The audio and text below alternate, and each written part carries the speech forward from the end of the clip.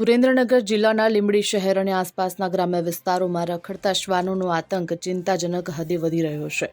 છેલ્લા 1 મહિનાના આંકડાઓ પર નજર કરીએ તો અંદાજિત 600થી પણ વધારે લોકો શ્વાનોના હુમલાનો શિકાર બન્યા છે. આ પરિસ્થિતિને કારણે સમગ્ર પંથકમાં ભયનો માહોલ જોવા મળી રહ્યો છે. શહેર અને ગામડાઓમાં ભયનો માહોલ છવાઈ ગયો છે. લીંબડી શહેરના મુખ્ય માર્ગો, સોસાયટીઓ અને બજાર વિસ્તારોમાં રખડતા શ્વાનોના ટોળે-ટોળા જોવા મળી રહ્યા છે. માત્ર શહેરી વિસ્તાર જ નહીં, પરંતુ ગ્રામ્ય વિસ્તારોમાં પણ શ્વાનોએ આતંક મચાવ્યો છે.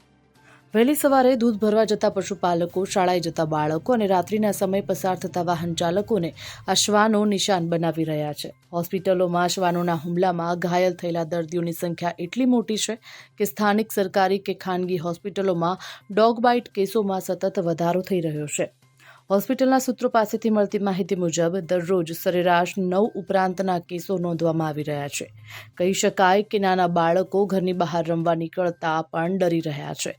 રાત્રિ મુસાફરી જોખમી બની ગઈ છે તો શ્વાનો વાહન ચાલકોની પાછળ દોડતા હોવાથી અકસ્માતનો પણ ભય રહેલો છે.